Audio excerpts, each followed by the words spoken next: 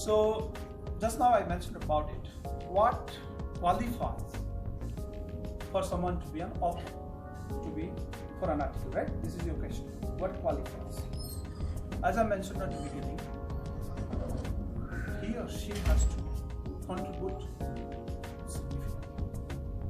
significantly in the sense through writing, through intellectual thought, discussions, through polishing the manuscript, okay? Because sometimes those polishing also helps. Paper gets rejected because of that, you know? Let's say the arrangement of the manuscript, what needs to be pitched, what doesn't need to be pitched, right? So all those things actually matters a lot, right? For me, all my career, my student always the first one.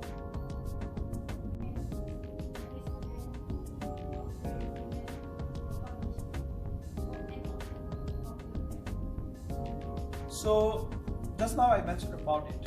What qualifies for someone to be an author, to be for an article, right? This is your question. What qualifies? As I mentioned at the beginning, he or she has to contribute significantly in the sense through writing, through intellectual thought, discussions, through polishing the manuscript, okay? Because sometimes those polishing also helps. Paper gets rejected because of that, you know? Let's say the arrangement of the manuscript, what needs to be pitched, what doesn't need to be pitched, right? So all those things actually matters a lot, right? For me, all my career, my student always the first one. Right, using machine learning should be, make sure deep learning, whatever, STM or whatsoever, okay? So title should be eye-catching, and let the title be able to market your paper. Okay, that should give a bit of intriguing kind of feeling for the readers. Okay, first to the journal editor, because the idea is actually to convince him. Second to the readership, that is the reviews and blah blah blah. All right, abstract. You don't have to write actually whole story. 12 sentences, done here. So this is how it's supposed to be. Abstract should be an abstract, not a long story. A typical case is, see, introduction just take 2 sentences. Okay, methodology take 2 sentences. Results take 3 sentences. Okay, discussion 3 sentences.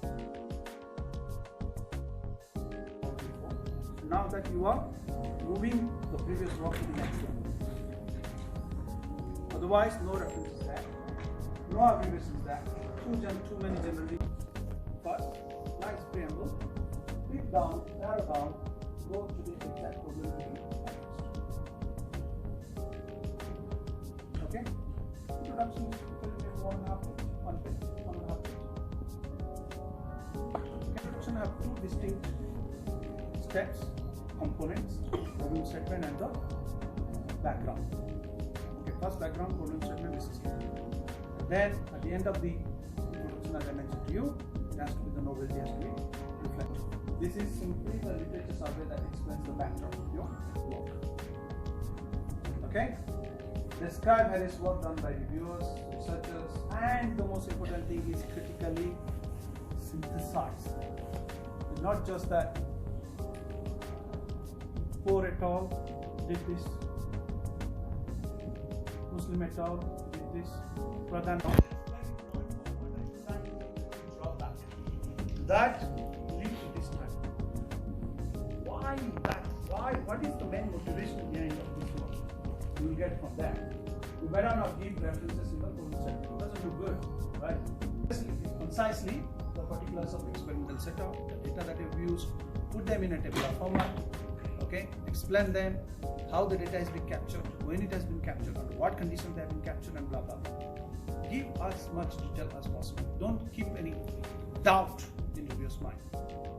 If you're using any online data, then make sure when the data was being accessed, and so on.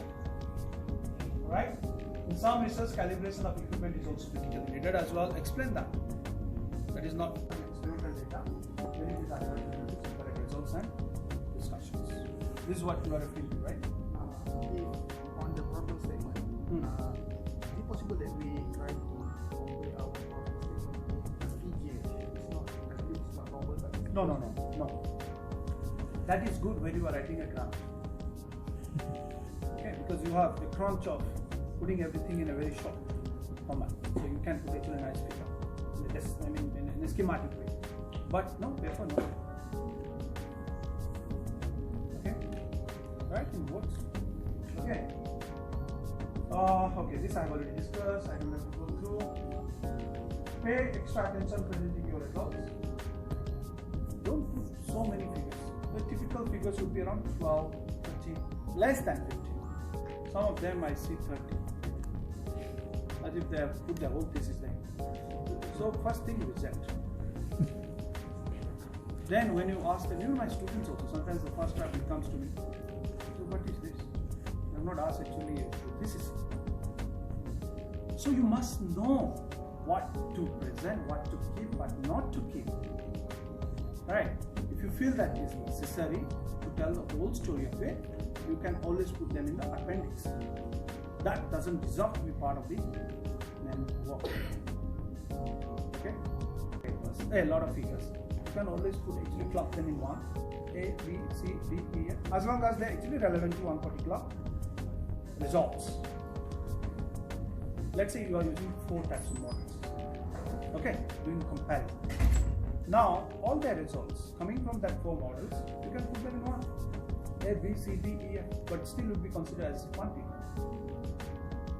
Don't put as 4, 5, 6, 7, 8, then there will be 30 figures that you will be having at the end. Okay? Then tables you would have 5 to 6 maximum, not more than that. Alright? Conclusion. Conclusion should not be more than 300 to 400 words. Conclusion is a conclusion. And conclusion, remember, is not the repeat of what has been said in the abstract. It's not summary. Conclusion is not a summary. Conclusion is the take-home message of your paper. Giving a direction, giving a dimension, giving a perspective. But also has been derived from your work. 2 things you can do here. Again, tricky things out there. The drawback of your model or whatever that is your work, you can always also put in the conclusion. If it is not too many, or the limitation of your work. And the future direction also you can put in the conclusions. And the main findings of your work you should put in the conclusion. But 80% of the time I see that this is just repetition of the abstract.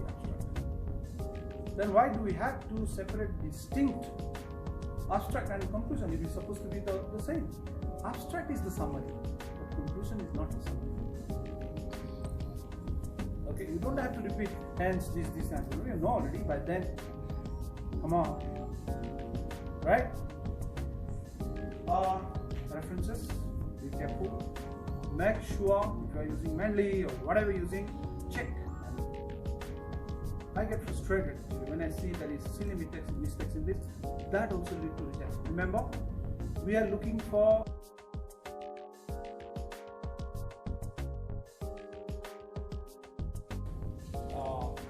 talking, good, bad, those kind of language. There is no place in the scientific literature. Okay, my result is good. You can write that one. Good what? Right? So that has to be context. That is what? Bad writing, I will tell you. In recent years, there is an increment in the number of reports on child maltreatment. For example,